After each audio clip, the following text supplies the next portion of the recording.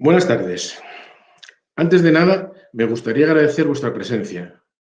Quiero ser breve porque aquí estamos todos impacientes por escuchar a Sergio Scariolo contestar a las preguntas de Arturo Tellez.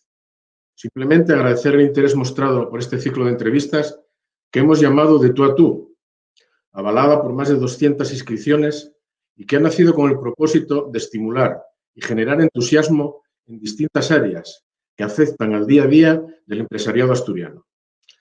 Hoy hablaremos sobre gestión del talento, de equipos, adaptación al medio. Se hablará a buen seguro sobre la victoria y la derrota, sobre el éxito y el fracaso. Y aprenderemos muy mucho de este gran profesional que tantos éxitos nos ha dado. Recuperaré de una vieja entrevista de Sergio la siguiente frase. Pensar que cuando se ha ganado todo se ha hecho bien y que cuando se ha perdido todo se ha hecho mal es un gran error. Esta frase resume muy bien el carácter de nuestro personaje, campeón de campeones, siempre mirando más allá en la búsqueda de la perfección. Sin más, Sergio, Arturo, el tiempo es vuestro. Pues, Fernando, muchísimas gracias primero por invitarme. Seguro que Sergio también estará encantado de estar con nosotros y responder a nuestras preguntas porque conocemos la labor divulgadora que tiene, no solamente en lo que él enseña en las canchas, sino también a través incluso de libros.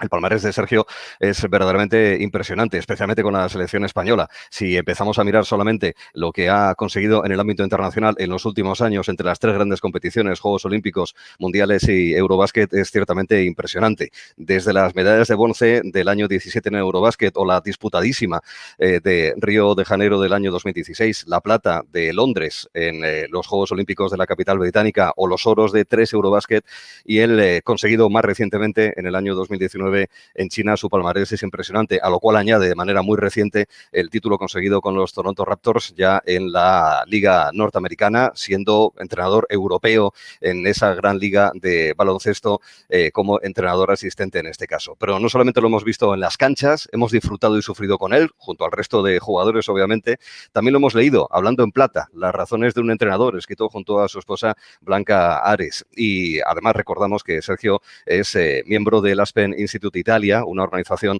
orientada hacia la internacionalización de la cultura del patrimonio y también el liderazgo empresarial de su país. En este último aspecto, en el de liderazgo y manejo de equipos y demás situaciones, es donde vamos a centrar buena parte de la conversación que vamos a mantener con Sergio Scariolo, a quien saludamos en Estados Unidos. Sergio, ¿qué tal estás? Muy buenas. Hola, ¿qué tal? ¿Cómo estáis por España? Encantado de saludarte. En Florida, ¿verdad? Porque estamos ya a puntito de empezar a reanudar la competición. ¿Cómo están las cosas?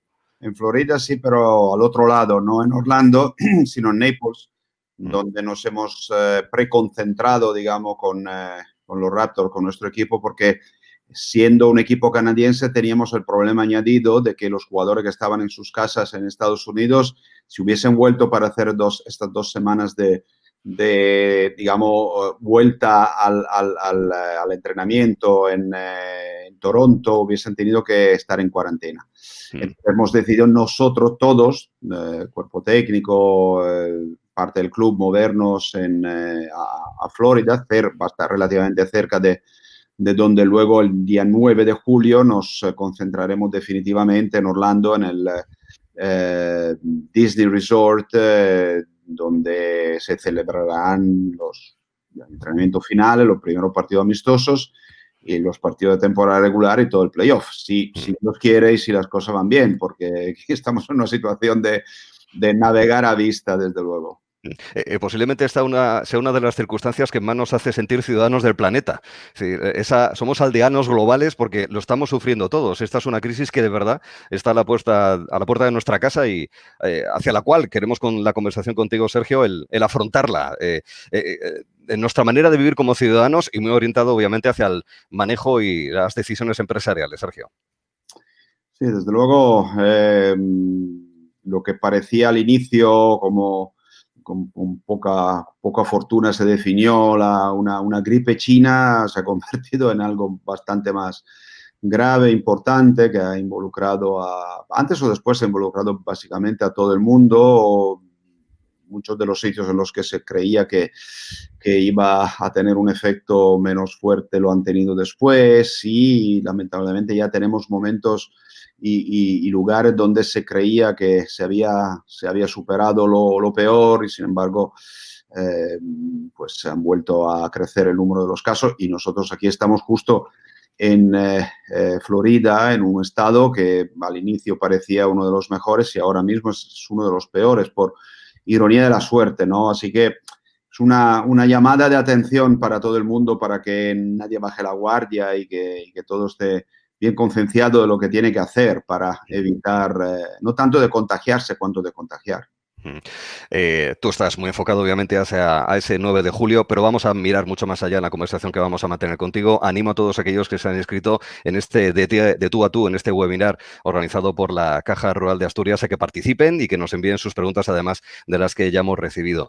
En más de una ocasión tú has dicho que tú vienes de un entorno familiar donde lo académico es importante. En tu familia hay profesores, hay docentes de diferentes disciplinas, matemáticas, humanidades.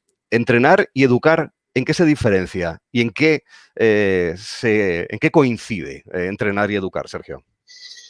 Bueno, yo creo que se puede educar sin entrenar si asociamos la palabra entrenar a una acepción más deportiva, más competitiva, pero desde luego no se puede entrenar sin educar. Yo creo que la tarea fundamental de cualquier entrenador es, desde luego, ayudar a las personas que pertenecen a su equipo a crecer, a darles, a elegir con ellos, a proponer igual, pero luego elegir con ellos unos valores fundamentales que tienen que estar a la base de la convivencia, en primer lugar, entre personas y luego, por supuesto, de la colaboración entre profesionales.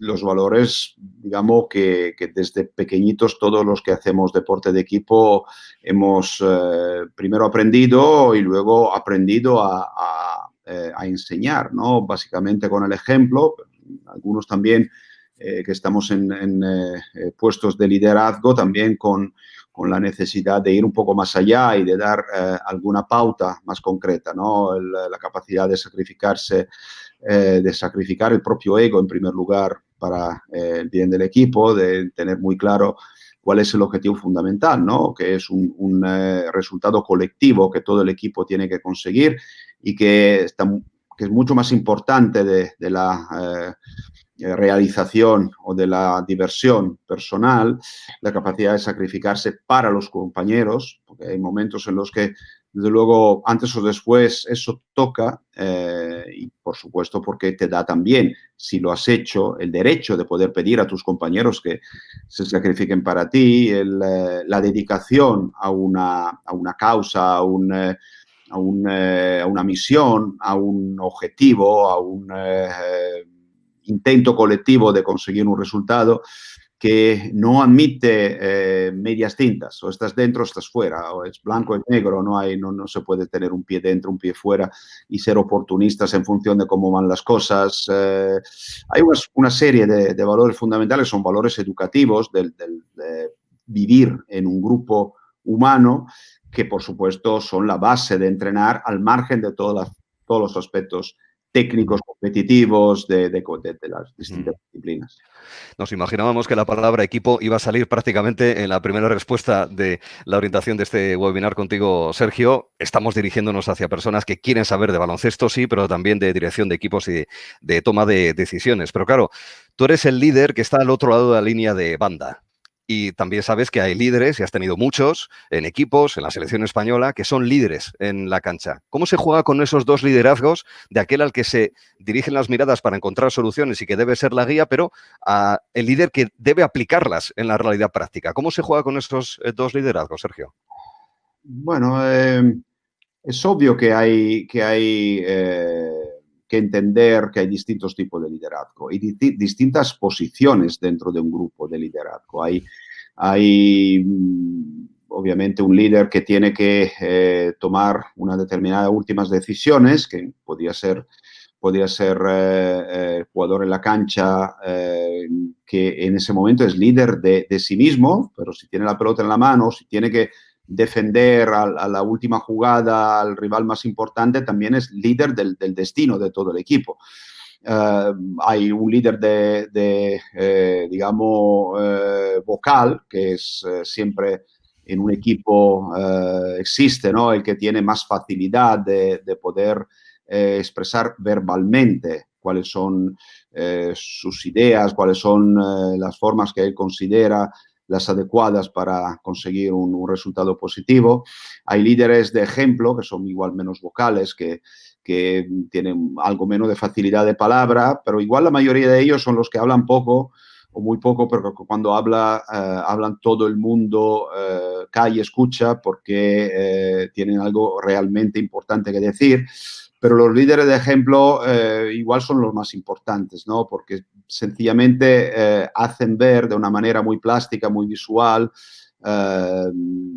cuál es el camino y sin necesitar de muchas palabras, saben sencillamente haciendo las cosas correctamente, están dando un fantástico empujón a todo el mundo para que también las hagan correctamente. Yo recuerdo a este propósito el primer líder que yo personalmente he tenido, ¿no? Mi padre, que efectivamente, como bien dices, era profesor de universidad y que evidentemente sí que como padre, como todos los padres hacemos, me habrá dado unas cuantas charlas de las que yo no recuerdo sinceramente ni una palabra, pero que sí recuerdo perfectamente que muchas veces por la noche me levantaba para ir al baño a las 2, a las 3 de la mañana y veía la luz de su despacho encendida porque tenía que preparar una lección del día siguiente o corregir unos exámenes que tenía que entregar. Es decir, eso sí que se me ha quedado. Es decir, la capacidad que ni lo veía, porque veía una luz encendida, pero sabía que él estaba ahí, estaba trabajando en primer lugar, para hacer las cosas bien, que es siempre lo fundamental, y luego, obviamente, por consecuencia, porque su reputación como profesor y su labor de padre de familia, de darnos la posibilidad de poder estudiar, crecer y poder vivir bien, se mantuviera. En este sentido, entonces, ¿tu padre te hacía esto, tiempo muerto en algún momento o no, Sergio? No, mi padre era más de intervenir poco, pero que cuando intervenía lo hacía de una manera bastante práctica, concreta. O sea que ahora ya no se puede hacer con este tema, pero él las 3 o 4 veces que tuvo que intervenir lo hizo de una forma así, sí, difícilmente olvidable. Vale, vamos a dejarlo para lo privado, porque quiero insistir en el tema del liderazgo. Dentro de las preguntas que nos han enviado ya los que se han inscrito en este webinar, Javier García nos escribe lo siguiente para ti, Sergio. ¿Un líder nace o se hace?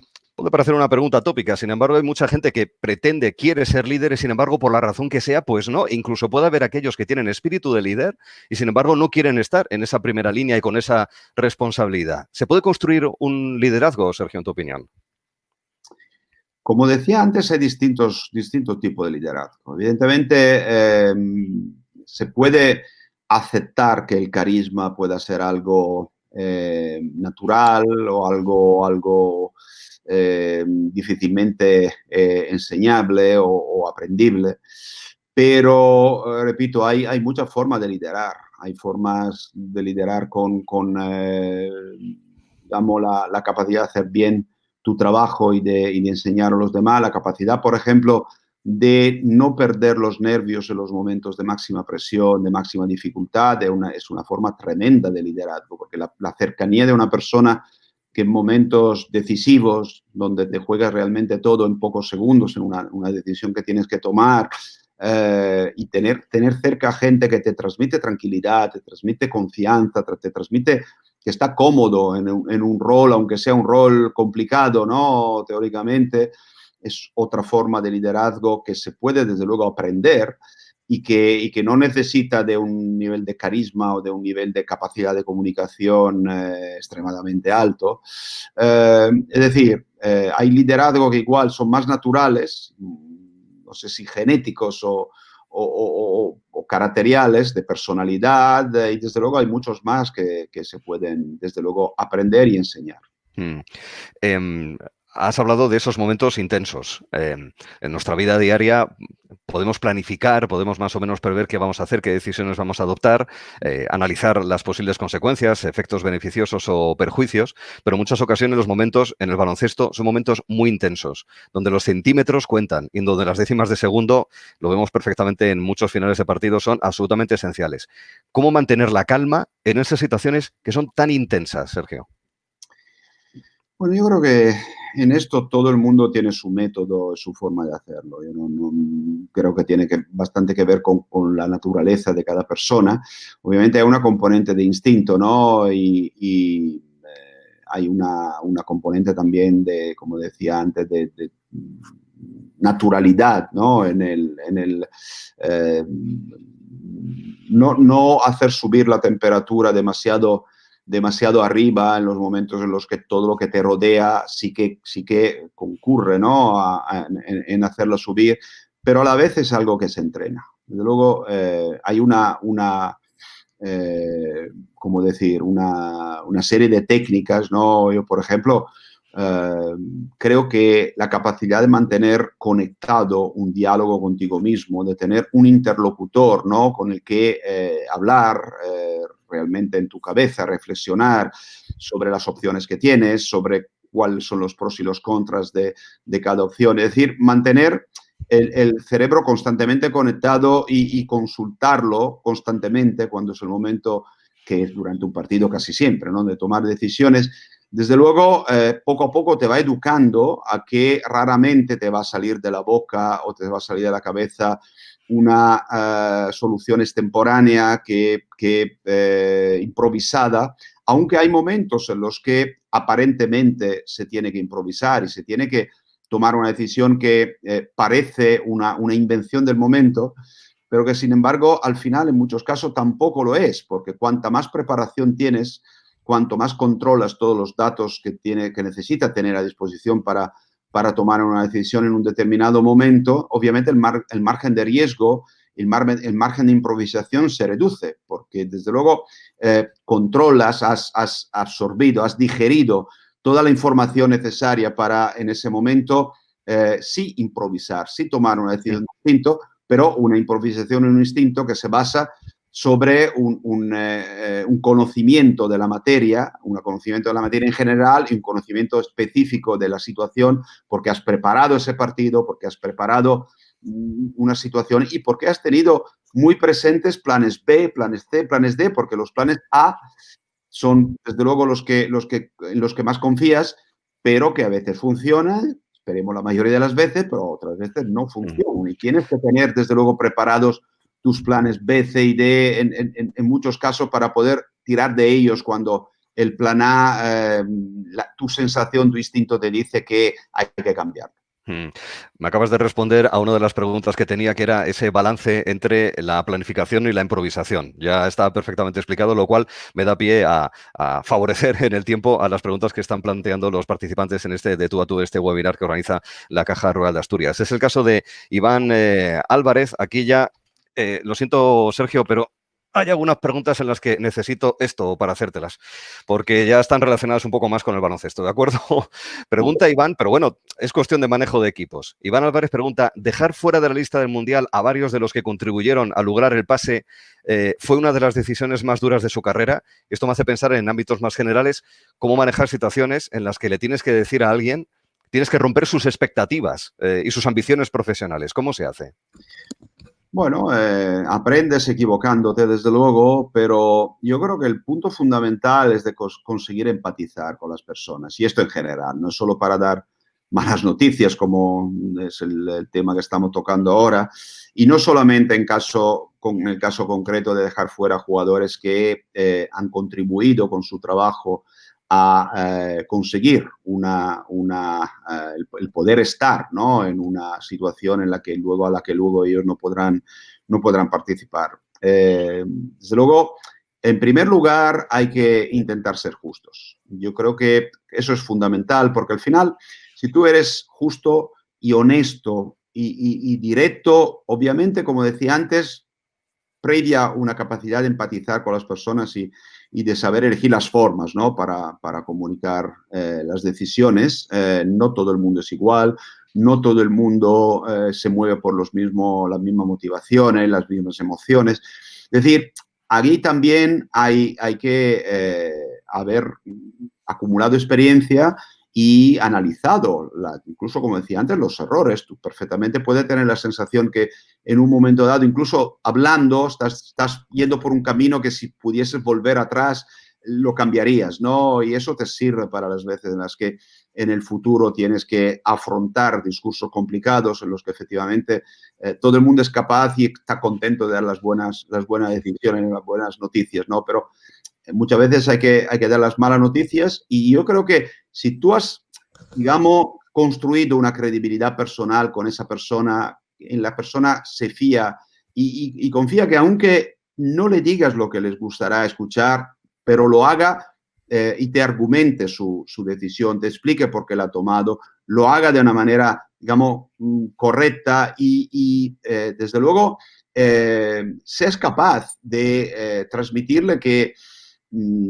esa no es una decisión, en la mayoría de los casos, definitiva, que muchas veces, en muchísimas ocasiones, me ha tocado dejar fuera jugadores que luego han vuelto a entrar en la selección en siguientes convocatorias, y eso, desde luego, puede conseguir el compromiso de estos jugadores solo si has hecho bien esa fase complicada en la que te ha tocado dejarlos fuera, pero le has dejado la sensación, bueno, este tío es un cabrón porque me ha dejado fuera de la convocatoria, pero es un cabrón justo, leal, sincero, me ha explicado sus razones, me pueden gustar o no, las puedo compartir o no, pero tengo que reconocer que tienen un fondo y que no ha sido un capricho, ¿no? en una decisión de un momento. Esas indicaciones, esas enseñanzas son válidas para el día de mañana prácticamente. También me lo puede parecer en alguna charla que se publicó recientemente con el Mundial de China, en el que insististe mucho a tus jugadores antes de empezar la final, antes del partido, de olvidarse de los errores. Olvidarse de los errores, eso no es nada sencillo. ¿Con qué pautas podemos reconstruirnos emocionalmente si sabemos que hemos cometido un error que puede haber sido determinante de un determinado proceso o que es un error garrafal, absolutamente de principiante? ¿Qué hacer? Bueno, olvidarse de los errores es una fase no inicial. El primer momento es darse cuenta de que uno se ha equivocado. El segundo momento es que es casi automático, es de interiorizar y casi visualizar cuál hubiese tenido que ser la decisión correcta. Y eso es inmediato, es realmente equivocarse. En el momento que tú te equivocas haciendo una cosa, evidentemente es porque piensas que hubiese tenido que hacer otra cosa.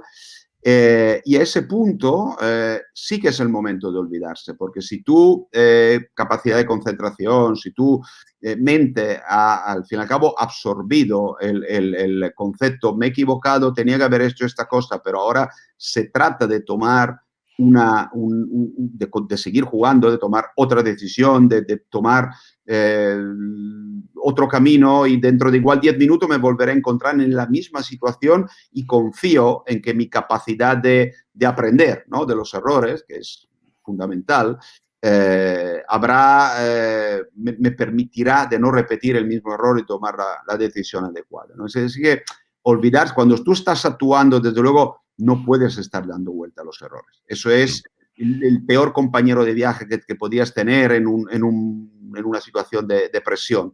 Pero tampoco ignorar el error es una buena política. Si tú eres capaz de darte cuenta y de seguir adelante inmediatamente, yo creo que el error te enseña y es incluso mejor maestro a veces que un acierto, ¿no?, que un éxito. Es interesante cómo asumir, cómo absorber ese error, aprender de él, como acabas de decir, y a lo mejor no desviar tanto la atención hacia los errores que pueden cometer los demás. Y ahí yo te pregunto, ¿esto para las empresas pueden quejarse de los gobiernos, pueden llegarse a quejar de los organismos reguladores? Lo de quejarse demasiado del árbitro, pregunta aquí Pepe Vega, ¿cómo es tu relación con el estamento arbitral? Y bueno, yo lo reconduzco de alguna manera, si me permite, Sergio, a eso. ¿Cómo tratar con el que es juez, con el que es Comisión Nacional del Mercado de Valores, con el que es gobierno y establece, digamos, el marco regulatorio en el que moverse? ¿Cómo hablar con el que regula el juego? Bueno, en primer lugar, tienes que una vez más, ser capaz de empatizar, porque realmente en Italia hay un refrán que lluvia traducido no rinde mucho, pero es llueve, gobierno ladrón, ¿no? Dilo en italiano, dilo en italiano. Piove, gobierno ladro. Que llueve, culpa del gobierno. Siempre hay que buscar un culpable, siempre pensamos que seríamos capaces de hacerlo mejor, siempre somos los que ¿cómo no puede ver una cosa tan evidente? Y muchas veces nos damos cuenta de que nos faltan datos para entender las decisiones que se toman. Y eso me pasa a mí con los de tu gremio, por ejemplo, ¿no? Los periodistas, que muchas veces entiendes que una decisión que tú tomas, no por ser más listo, sino por tener profesionalmente que pasar mucho más tiempo estudiando las cosas o analizando, profundizando, o porque estás dentro del equipo y conoces la situación del equipo mucho mejor, desde fuera se pueden ver como decisiones equivocadas, ¿no? Que luego es fácil criticar, pero muchas veces no lo harías si tuvieras a disposición todos los datos, ¿no? que te permitirían de analizar esa situación desde otro prisma, ¿no? Una vez que se consigue eso, igual ya el porcentaje de queja se divide por el 50%, ¿no? Y a partir de ahí, yo creo que el no estar de acuerdo es, por supuesto, legítimo y es algo que es un derecho, ¿no? Incluso, pero una vez más tenemos que entender si lo que estamos haciendo es algo positivo y útil. Porque el quejarse per se, el quejarse por fin a sí mismo, muchas veces no lleva a ningún lado. Que un árbitro haya tomado una decisión que a ti no te ha gustado o que un gobierno haya tomado una decisión que a ti no te haya gustado, pues el gritárselo igual te hace quedar mejor contigo mismo, te hace desahogar, pero no mucho más que eso, ¿no? Yo he aprendido, por ejemplo, con los árbitros que el desahogo en per se no sirve de mucho, ¿no? Mucho más importante dejarle su espacio, no ponerle en una mala, digamos, situación de cara a todo el público, a la televisión, etcétera, y esperar que se enfríe un poquito primero tú, en primer lugar, tu propia cabeza y también la del árbitro, para luego igual preguntarle, igual hacerle entender que no has visto esa misma situación como él. Yo creo que con eso se consigue más, ¿no? Hacer que uno no esté puesto en una situación incómoda y de una forma plateal delante de todo el mundo, sino que reflexione sobre la decisión que ha tomado o que preste más atención a algo haciéndolo de la forma correcta, en el momento correcto. Muchas veces se consigue más que la queja en sí, que repito, muchas veces solo te sirve para como dice la gente, me he quedado a gusto, ¿no? Bueno, yeah. Pero ¿has conseguido realmente lo que buscabas o no? Cuando se han reanudado algunas de las competiciones deportivas en Europa, algunos equipos, en este caso en el fútbol, han dicho que el tema de concentración, lo de estar durante semanas reunidos juntos de manera permanente, que es lo que se suele hacer, por ejemplo, en competiciones europeas y mundiales, vosotros mismos, todos los deportes, en todos los deportes se hace, que no les acaba de convencer. Claro, yo ahí pienso si los problemas pueden ser una cierta mezcla entre lo profesional y lo personal.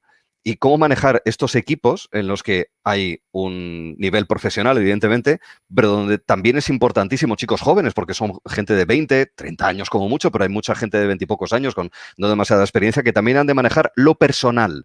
¿Cómo manejar esas situaciones donde esa línea se pueda haber cruzado, Sergio? Bueno, en primer lugar hay que tener en cuenta que es muy diferente una situación como la que estamos viviendo, es decir, una situación en la que nuestra libertad personal está limitada de una forma especial, ¿no? Por ejemplo, nosotros ahora estamos en Florida en un hotel y no podemos ni ir a la piscina del hotel porque el riesgo de contagio a través de las gotitas que podrían estar en el borde de la piscina es un riesgo presente. No podemos salir del hotel, no podemos salir de nuestra habitación sin mascarilla y guantes. Tenemos que respetar toda una serie de normas y toda una serie y tenemos delante probablemente incluso hasta casi 4 meses de esta clase de vida y tenemos que tener un nivel muy alto de entendimiento del por qué hacemos las cosas, porque realmente son formas son limitaciones extremadamente incómodas, ¿no? Y la que todo el mundo ha vivido durante X tiempo, por su suerte, hasta que se han empezado a abrir un poquito las medidas. Una concentración en general realmente tiene, digamos, tintes, colores un poquito más suaves. Y es muy importante que como líderes tengamos presente que lo que realmente nos interesa por parte de los que están a nuestro, entre comillas, cargo, es su prestación. Es decir, hay normas de convivencia que tenemos que poner no por un sentido de la disciplina fin a sí misma. Yo creo que el sentido de la disciplina es mucho más importante cuando estamos trabajando y cuando tenemos que hacer todos juntos una cosa y tenemos que hacerlo de una forma coordinada, tenemos que hacerlo de una forma organizada, porque si no, no funcionaría, ¿no? Sin embargo, cuanto más podamos confiar en los que tenemos a nuestro cargo y cuanto más podamos dejarle libertad para que ellos puedan decidir autónomamente dentro de unas pautas genéricas que le hemos dado, mucho mejor. Evidentemente no es lo mismo un chaval de 18 años que se está asomando al profesionalismo que un profesional de 35 que ya lleva muchos años, que ha cometido sus errores, que ha aprendido de ellos, que ha aprendido de otros ejemplos.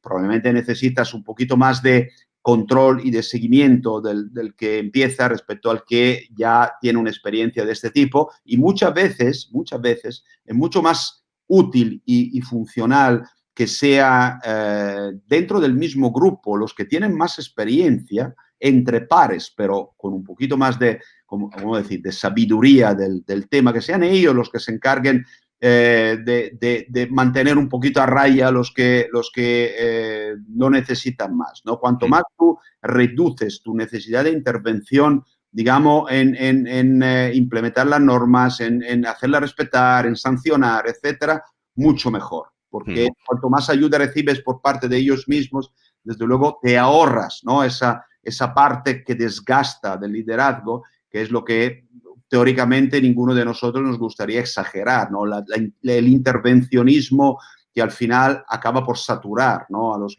los que están a tu cargo de tu voz y de tu presencia. Al empezar esta conversación contigo, Sergio, hemos destacado que esta crisis que estamos viviendo como aldeanos globales, ¿de acuerdo? Como habitantes del planeta y que se vive en Corea del Sur, como en Alaska, en Argentina, como en Alemania, en Italia, como en España, muy especialmente estos dos países, desgraciadamente, ciertamente afectados. Claro, somos ciudadanos globales, pero al final venimos de donde venimos. Hay alguna pregunta clásica que seguro que te han hecho ya en más de una ocasión de alguno de los participantes en este webinar con la Caja Rural de Asturias sobre lo que es ser entrenador europeo estando en el staff de un equipo ganador como lo es Toronto Raptors. Pero bueno, también Miguel García, con estas diferencias culturales que pueda haber, que también se trasladan al baloncesto, pregunta qué factores destacarías del básquet ruso, norteamericano y europeo. Yo te lo planteo en términos de hasta qué punto se puede hacer conciliar formas de ser muy distintas por el origen. Italianos, españoles, ya lo sabemos, somos primos hermanos, pero no es lo mismo un finlandés que un sudafricano. Imagínate que te los encuentras en tu equipo de un italiano entrenando en Canadá. En fin, ¿cómo se aúna eso que puede ser un motivo de diversidad, pero también de problemas, de roces, de diferentes formas de entender las cosas? Por mi experiencia, la diversidad, si bien manejada siempre, es una aportación positiva. Realmente está claro que hay que hacer un trabajo más, sobre todo al inicio, un poquito más complicado para, en primer lugar, conseguir comunicarte con las personas. Yo recuerdo cuando fui a Rusia, había empezado durante un año anteriormente. Cuando fui a España, había empezado un año anteriormente a aprender español. Fui a Rusia, había empezado anteriormente un año estudiando ruso. Obviamente el inglés lo he tenido más suerte para poderlo practicar prácticamente siempre. Y eso es un aspecto fundamental, por ejemplo, de poder comunicar con las personas. No necesariamente para poder pensar o presumir de poder llegar a hablar perfectamente el idioma de una persona que trabaja contigo, porque eso va a ser imposible, sino para poder llegar a transmitirle tus emociones a través de su idioma, aunque sea regular hablado, sin necesidad, por ejemplo, de un traductor que siempre enfría muchísimo, ¿no?, la comunicación. Entonces, en primer lugar, ser capaz de que se establezca un ambiente para que también la otra persona se sienta libre de poder decir, igual no desde el inicio, pero muy pronto, si lo has hecho bien, lo que realmente siente, lo que realmente piensa. Y no lo que tú quieres oír, ¿no? Es un punto fundamental, ¿no?, de una comunicación para poderse entender, digamos, entre idiomas que no necesariamente tienen que ser idiomas en el sentido de idiomas, literalmente, sino forma de ver las cosas, forma de expresarse. Y si no lo entiende, ese es un buen momento para aprender nuevas palabras que igual te vienen muy bien, ¿no?, por utilizar a lo largo de tu relación con esas personas. Luego, sinceramente, las etiquetas, la generalización, me parece en la mayoría de los casos sobrevalorada y mal utilizada. Es decir, sí, bueno, puedes entender que hay una forma genérica, ¿no?, en la que la mayoría o la media de los que están en un sitio, que han nacido en un sitio, pueden expresarse, pueden comunicar, pueden sentir. Bueno, hasta cierto punto, pero francamente lo que yo he aprendido durante tantos años y girando el mundo, no solo obviamente a nivel turístico, sino a nivel profesional, es que hay que conocer a las personas. No puedes fiarte de las etiquetas, de los clichés, del cómo son los rusos, cómo lo son los americanos, los canadienses, los españoles, los italianos. Yo creo que es muy útil pasar un poco de eso y llegar a poder acercarte a las personas, porque cada uno es diferente y al final tú tienes que hacer funcionar un grupo de personas que son esas, no son italianos, finlandeses, son esos tíos con esas caras, esos nombres, esos apellidos, esas almas, esos cerebros, esas emociones, esa forma de ver las cosas. Entonces, es mucho más importante y útil que te centre en conocer a las personas con las que estás, más que fiarte demasiado de cómo es, digamos, la característica dominante de un pueblo en una época de globalización en la que estas características dominantes se van además perdiendo. Acercarse a las personas. Es de los varios mensajes que voy apuntando y a buen seguro que los participantes en este webinar. Fíjate, hay una pregunta que plantea Javier García. Quiere saber qué hacer con los egos excesivos. ¿Alguna vez has tenido que pararle? Y sí, creo, y lo puedes contar, creo además, pararle los pies a un jugador. A mí me interesaba también, porque hemos hablado anteriormente de liderazgo, pero ¿qué ocurre con aquel que no es que sea líder? Es que es un arrogante, es que es un prepotente, es que lo quiere saber todo. ¿Cómo frenar a esa fuerza de la naturaleza de la ambición, que ya no es ambición, sino que es prepotencia, que es un ego subido? Bueno, hablando de ego, en primer lugar, lo que vas aprendiendo también con el tiempo y con los errores es que el primer ego que tienes que controlar es el tuyo. Y desde luego, si no te das cuenta y si no te realmente aprendes a identificar cuáles son los brotes de ego, de tu propio ego, que pueden hacer daño al equipo, obviamente, sí, pero también a tu posición dentro del equipo, a tu credibilidad, al respeto que te pueden tener los que trabajan contigo, pues yo creo que te va a costar muchísimo pensar de gestionar el ego de los demás. Entonces, en primer lugar, piensa en tu propio ego, piensa en estar atento, porque muchas veces el ego se disfraza de una forma muy, muy astutas y tú crees que estás defendiendo un valor, sin embargo, ese valor es tu propio valor, estás defendiendo tu forma de ver las cosas, a veces no necesariamente justificadas por cuál es realmente el clima, el espíritu, el momento de tu equipo, ¿no? Dicho esto, pero repito, es realmente más de la mitad del trabajo.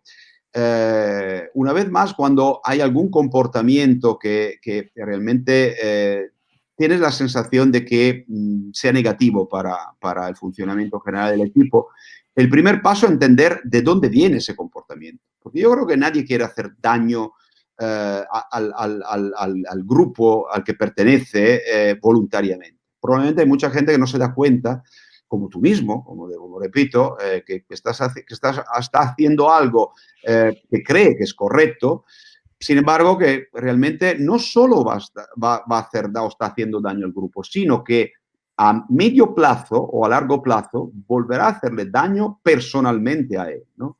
Y muchas veces ese es el camino que hay que seguir cuando hay alguno que no ha aprendido todavía a poner el éxito colectivo de la empresa, de tu misión, de tu equipo, etcétera, por delante y por encima de tu propio éxito individual, ¿no? Lo de hacerle entender o ver directamente, con ejemplos en muchos casos, que renunciando un poquito a determinadas actitudes, y siempre es bueno atacar los comportamientos, no las personas. Al final, es mucho mejor separar, ¿no?, determinados comportamientos que tú ves como negativos de la que es la esencia de las personas. Incluso a nivel de comunicación verbal, ten mucho cuidado con lo que estás diciendo. Las personas no se tienen que sentir atacadas personalmente, además porque tú no las conoces, nunca acabas de conocerlas profundamente como para poder permitirte de juzgarla, ¿no? Hay comportamientos que tú identificas como negativos y desde luego le puedes hacer ver con ejemplos concretos que igual sencillamente renunciando a algo o modificando algo, ellos podrían tener no sé, una aceptación diferente por parte del grupo, un retorno a nivel personal, individual mejor, y al fin y al cabo un retorno también de éxito individual, si el equipo acaba por tener éxito, que le va a redundar de una forma directamente y personalmente positiva, ¿no? Entonces, es un trabajo fascinante que empieza siempre por intentar entender por qué esta persona está poniendo en ser un comportamiento que parece o que probablemente es negativo para la buena atmósfera de convivencia dentro de un grupo profesional. Los profesionales y los mercados, las empresas, perdón, estamos en un mercado en el que competimos y esas empresas pueden ser enormes o pueden ser chiquitinas, pero al final están en el mismo mercado, cada uno con las opciones que tenga de poder acudir a los clientes y demás. Los equipos de baloncesto, los equipos deportivos, los equipos de baloncesto estáis, digamos, en un mercado que son las ligas y hay equipos enormes y los hay más pequeños y hay veces que el pequeño gana al grande. En este momento, y enlaza de alguna manera con una pregunta que nos hace Luis Nogueiro, que plantea si sería posible imaginar que pudiese crearse en el futuro una categoría de baloncesto mixta compuesta por hombres y mujeres. Yo lo reconduzco de alguna manera la pregunta de Luis, no solamente a esto, sino también a si se podría llegar a imaginar una liga conjuntada de equipos norteamericanos y europeos. Imaginando, ya sabemos que hay muchísimos intereses que lo hacen inviable y muchísimas razones logísticas, pero imaginando, ¿se podría llegar a plantear de aquí a unas décadas? ¿Sería hermoso o no, Sergio? ¿O una chorrada? Bueno, yo creo que lo de mezclar hombres y mujeres, sobre todo en la fase inicial de la trayectoria, ¿no?, de los pequeños, es bueno. Y la diferencia física, desde luego, son mucho menos evidentes en los niños pequeños y hay muchas categorías en las que perfectamente se puede ver competir niños y niñas y a mí me ha pasado de ver que el bueno del equipo era una buena, es decir, era una niña, ¿no? Luego, obviamente, la morfología de las personas conforme las personas crecen, va a marcar la diferencia, ¿no? El nuestro es un deporte extremadamente físico, extremadamente atlético, y llega un momento en que las diferencias se notan, sobre todo en esa faceta. Yo creo que menos a nivel técnico, pero realmente creo que la cuestión no es tanto de poder llegar a ver en los profesionales equipos mixtos, que me parece inviable a la hora de pensar en una competición regular. Sin embargo, se ha hecho y ha sido incluso divertido a nivel el momento del All-Star, por ejemplo, donde se han hecho equipos mixtos de 3x3, donde han actuado hombres y mujeres perfectamente.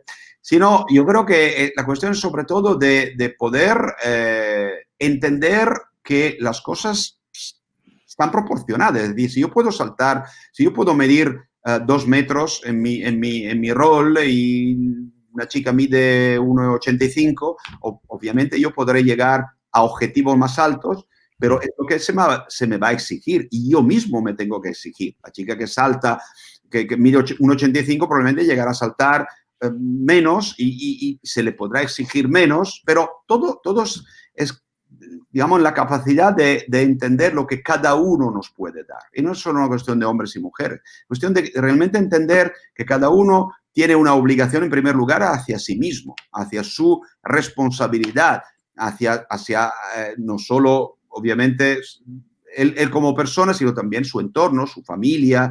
Es decir, uno tiene una responsabilidad de poder llegar a su tope, a su máximo. Y obviamente el máximo mío no es el tuyo. Probablemente en esta faceta, en esta actividad, el mío es más bajo y el tuyo más alto, o viceversa en otra. Pero lo importante es que cada uno apunte a su excelencia. Y la excelencia mía no será igual que la tuya o la de otros. Y lo importante es que yo intente llegar cerca de mi propia excelencia, ¿no? Y a nivel de liga, la globalización en esto es muchísimo más marcada. Es decir, hay, como decías tú, situaciones logísticas que hacen muy complicado, dada la intensidad de una temporada de 82 partidos en 6 meses, para poder viajar de América a Europa con continuidad, pero hay muchísimos jugadores europeos que juegan en Estados Unidos, desde siempre hay muchos jugadores norteamericanos que juegan en Europa. Es decir, esta clase de globalización ha progresado mucho y tiene tendencia a progresar cada vez más. Así que en ese sentido, desde luego yo veo cada vez más, repito, un equipo que tiene un nombre porque juega los partidos de casa en una ciudad, pero en muchos casos, nosotros como Toronto tenemos dentro de nuestro equipo jugadores de 5 o 6 nacionalidades diferentes, entrenadores de 3 o 4 nacionalidades diferentes, y creo que esto nos enriquece y nos hace capaces de superar, como fue el año pasado, limitaciones, digamos, teóricas y poder llegar a performar por encima de lo que teóricamente se esperaba de nosotros. Tú has dado clinics, es decir, también estás pendientes de los más jóvenes y también tenemos preguntas de la gente joven, de la gente que quiere desarrollar su carrera profesional y en el baloncesto también. En fin, hemos tenido problemas este año con Tokio, vamos a ver cómo quedan las cosas de cara al año que viene. Ya en China, al poco de que ganaseis el Mundial, ya se hablaba del relevo generacional. ¿Hasta qué punto te preocupa el ir incorporando a tu equipo, pero también que sirva tu experiencia para aquellos que nos están escuchando, para incorporar a la gente joven que quiere entrar también y aprender de sus mayores, que poco a poco pues ya se irán retirando por las razones que sean? Pues esa ha sido realmente, yo creo, la medalla de oro que hemos ganado. Realmente, al margen de ganar un campeonato del mundo, campeonato de Europa, medallas olímpicas, yo creo que realmente la selección, el grandísimo éxito de la selección ha sido ser capaz este año de ganar un campeonato del mundo sin ninguno de los jugadores de la generación nacidos en el año 80, que sí había marcado una época y sí había supuesto un antes y un después en la historia, yo seguramente, obviamente, del baloncesto, sino yo creo que incluso del deporte español, ¿no? Por haber marcado ese salto de calidad a la hora de competir y a la hora de ser ambiciosos y a la hora de no limitarse en jugar bien y en estar ahí, sino sentirse capaces, ¿no? De llegar a ganar o pedirse, autopedirse, ¿no? De poder llegar a ganar. Es decir,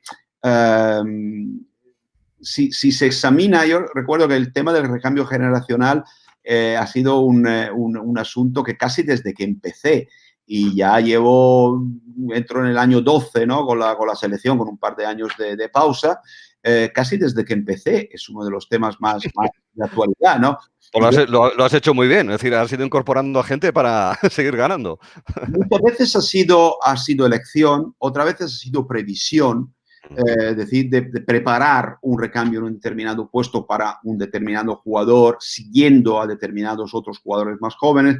Otras veces, ¿por qué negarlo? Ha sido entrar, irrumpir en la selección y ganarse a fuerza, como fue en su momento, recuerdo lo de Sergi Llull, ganarse a fuerza un lugar y un rol que teóricamente en ese momento todavía no le tocaba. Es decir, hay forma diferente, pero hay que tener una apertura mental en ver las cosas con ojos limpios, no hacerse condicionar demasiado por el nombre, por la historia, por, digamos, la literatura que está detrás de un jugador, porque si no, probablemente hasta que no irían con muletas, no te desharías de ellos, y a la vez preparar el recambio. Es decir, tener claro cuáles pueden ser los canales de tiempo,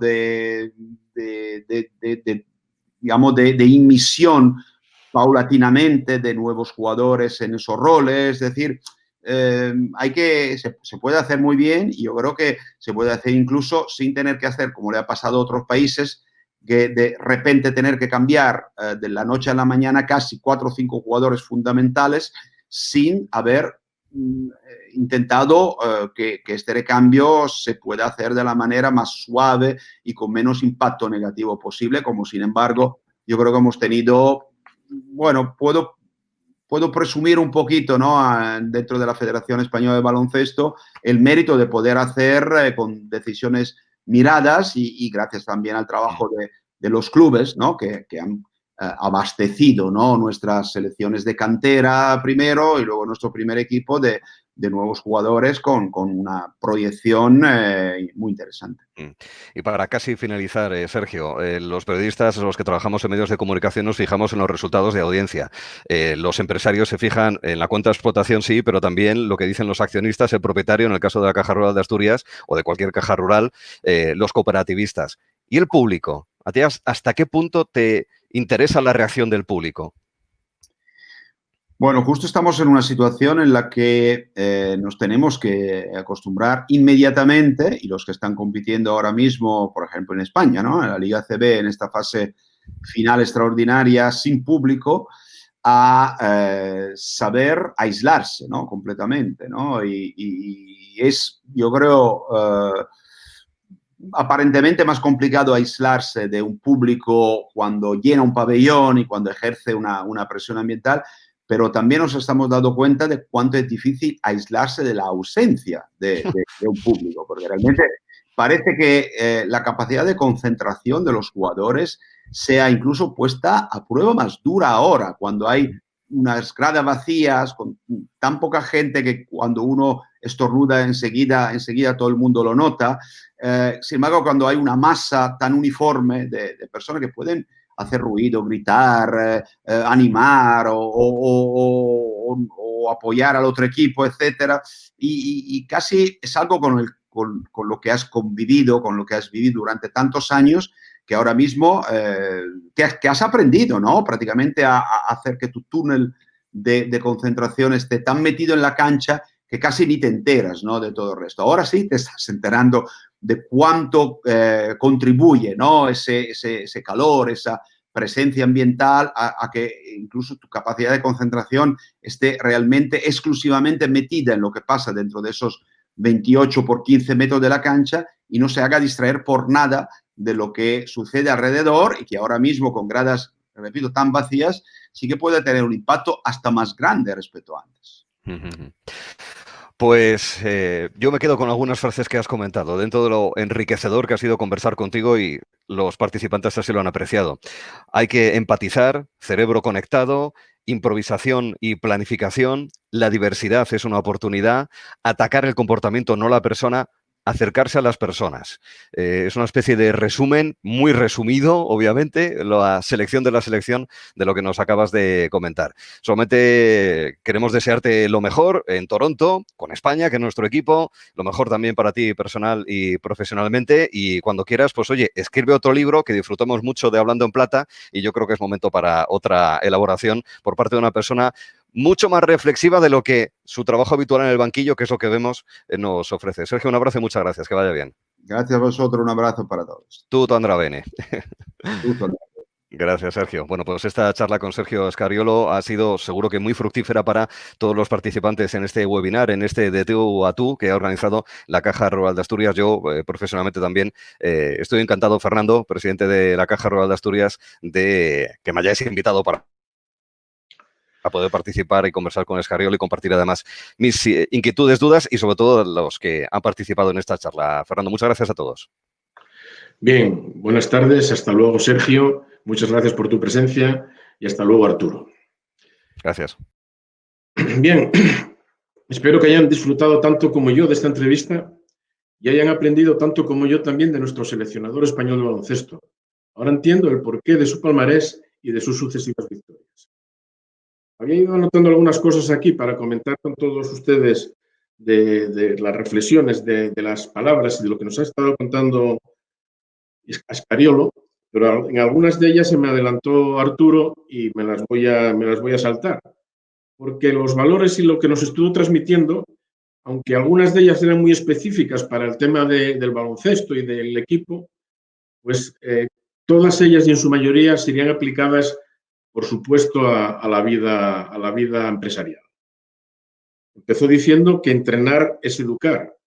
Ayer, en la anterior webinar que habíamos tenido, antes de ayer, se nos había hablado de que la formación de la gente era fundamental en el sentido de las empresas. Por supuesto, el formar y educar es lo mismo.